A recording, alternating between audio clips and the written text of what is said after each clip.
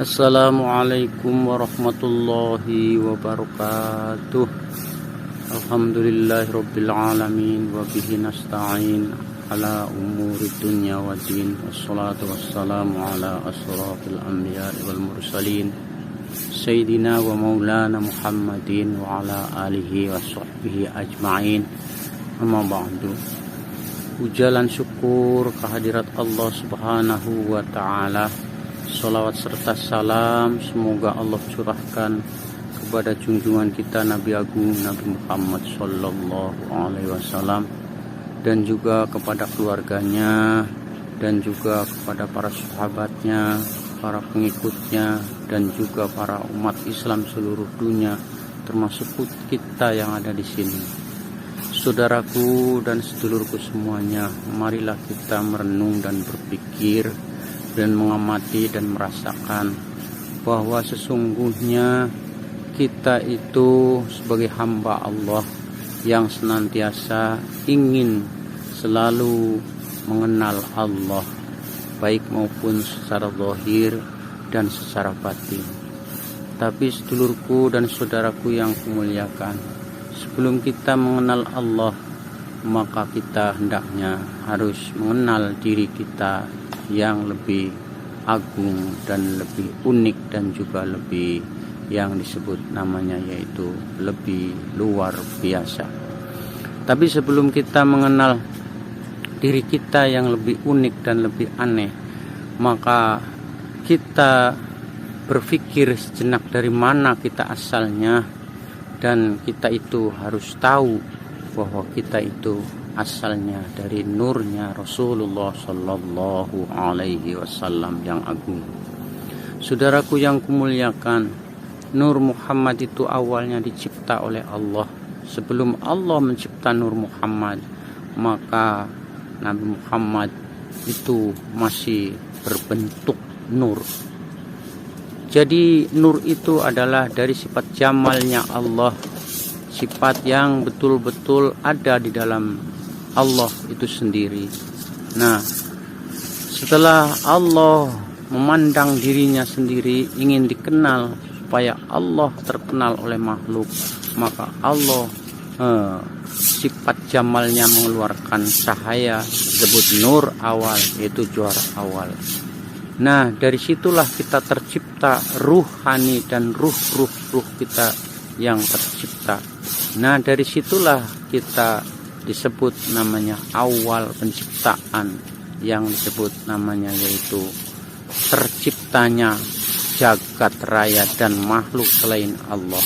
Itulah saudara-saudaraku, kita ini mengenal diri kita. Awalnya itu diri kita tercipta dari susunan ada dua. Yang pertama susunan wujud yang dicipta dari yang disebut namanya itu saripati tanah, itu dari Adam alaihissalam. Maka Nabiullah Adam alaihissalam adalah bapaknya wujud. Nah, terus nurnya Nabi Muhammad tercipta, maka nur-nur itulah tercipta zat yang menghidupkan, yang hidup pada diri kita, yaitu yang disebut namanya yaitu ruhani. Nah, maka Nabi Muhammad itu adalah bapaknya ruhani. Nabi Adam itu adalah bapaknya wujud. Nah, nurnya Nabi Adam berasal dari saripati yang disebut namanya saripati bumi. Nah, saripati bumi itu awalnya tercipta dari nurnya Nabi Muhammad yang berbentuk hitam. Nah, sehingga dari situlah nurun ala nurin, ala antara nur yang berbentuk wujud dan nur yang berbentuk rasa dan pikiran dan juga ingatan, itulah yang disebut nurnya Nabi Muhammad yang agung. Jadi disebutnya adalah nurun ala nurin.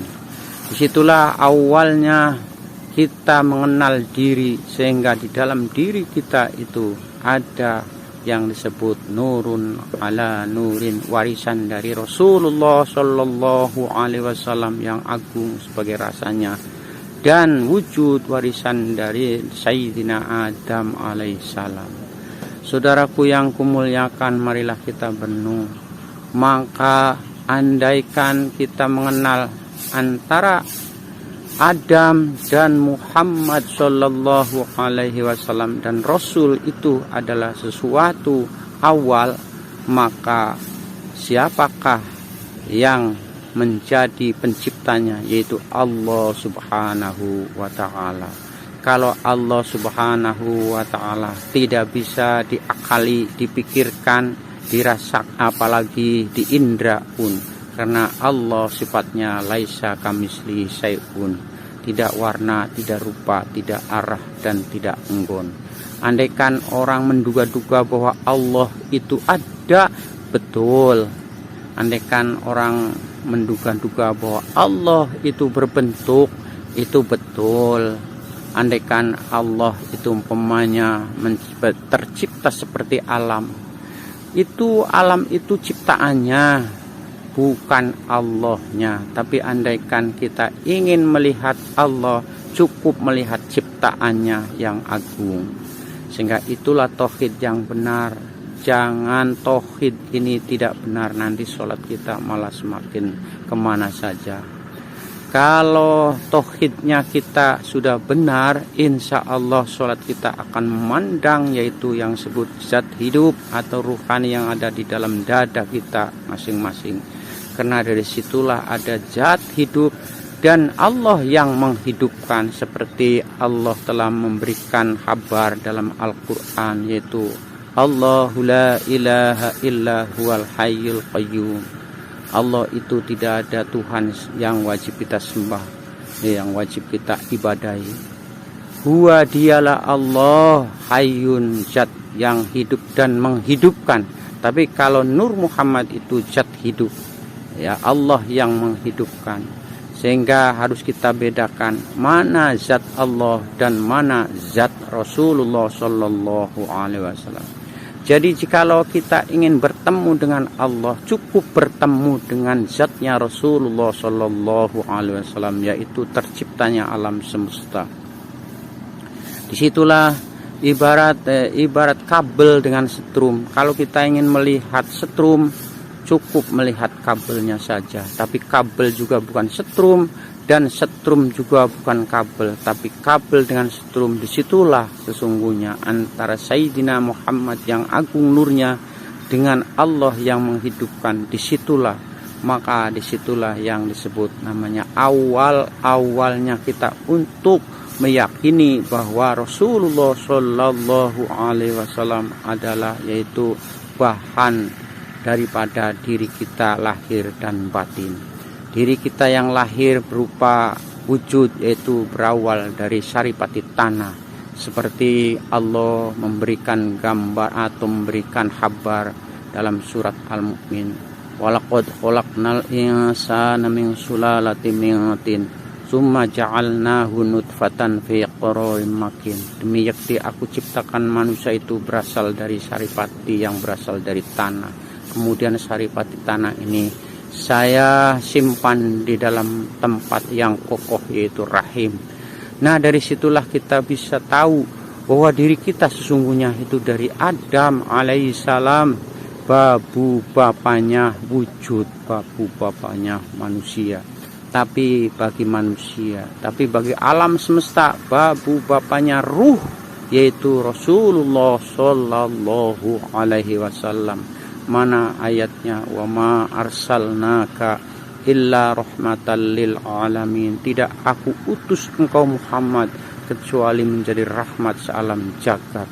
Jadi rahmat ini bisa menjadi rahmat untuk manusia, bisa menjadi rahmat untuk bumi, untuk air, dan untuk angin, dan untuk api, dan menjadi rahmat untuk tumbuhan, dan jadi rahmat untuk manusia, dan jadi rahmat untuk jin dan iblis dan malaikat, dan jadi rahmat seluruh alam jagat raya. Dari situlah kita senantiasa berpikir dan senantiasa merasakan bahwa kita punya nabi yang diciptakan lebih awal dan dimunculkan lebih akhir.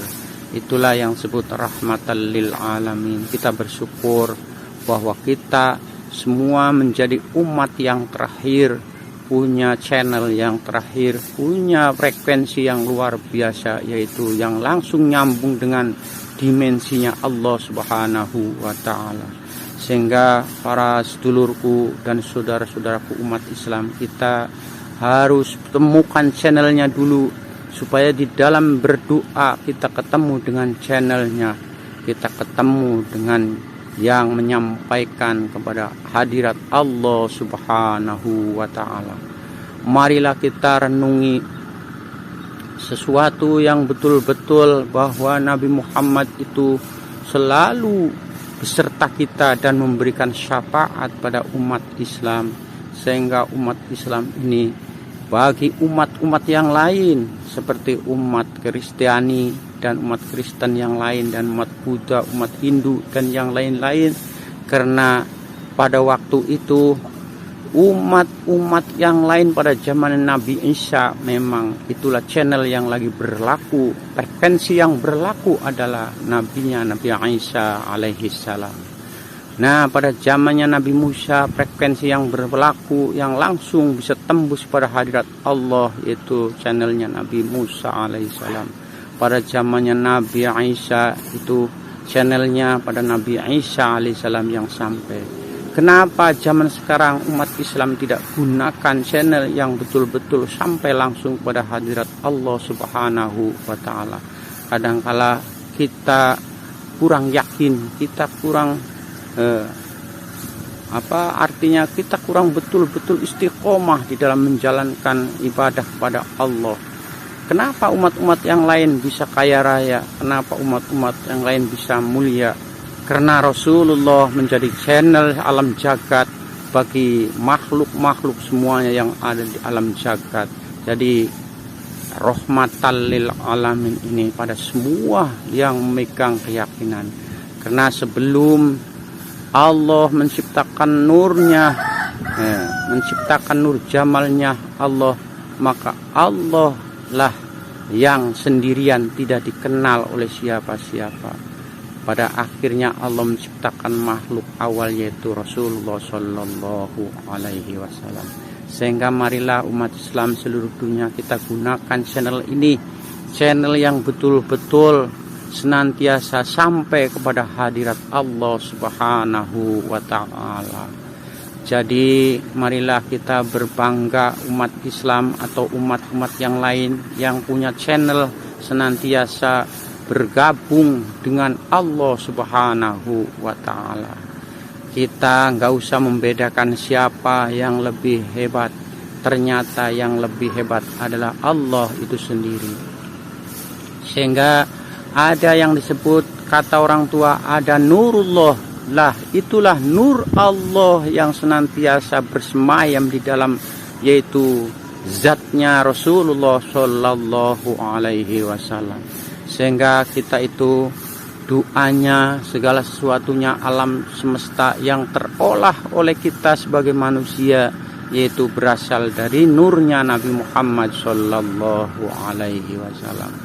Walaupun orang lain beda keyakinan, beda iman, beda nabi, tapi pada prinsipnya sesungguhnya kita adalah satu, yaitu kepada nurnya, yaitu nur nabi kita Nabi Muhammad Shallallahu Alaihi Wasallam yang agung. Tapi marilah kita bersama-sama untuk berpikir dan merenung, dan untuk merasakan apa yang telah Allah janjikan di dalam Al-Quran. Alladzina yadhkurunallaha qiyaman wa qu'udan wa ala junubihim wa yatafakkaruna fi khalqis samawati wal ard. Rabbana ma khalaqta hadza batila subhanaka faqina adzabannar. Itulah kabar dari Allah bahwa kita harus berpikir dan merenung di waktu berdiri atau duduk atau berbaring. Ternyata tidak akan sia-sia hidup kita untuk menghayati dan melaksanakan dan merasakan sesuatu yang Allah berikan, yang Allah beri fasilitas, yaitu nurnya Rasulullah Shallallahu Alaihi Wasallam menjadikan alam semesta, sehingga alam semesta kita nikmati bersama-sama untuk saling berbuat kebajikan dan kebaikan untuk bekal hidup di hari yang berikutnya. Demikianlah yang kita bisa uraikan sekelumit. Apabila kebaikan ini datang untuk merenung, maka itulah dari hidayah Allah yang memberikan. Tapi apabila belum, yaitu saking terbatasnya ilmu kita, kebodohan kita, semoga semua para saudara kita muslimin dan muslimat memaklumi, karena kita terbatas dalam segala hal. Billahi taufiq wal hidayah wal inayah wal afu minkum. Wassalamualaikum warahmatullahi wabarakatuh.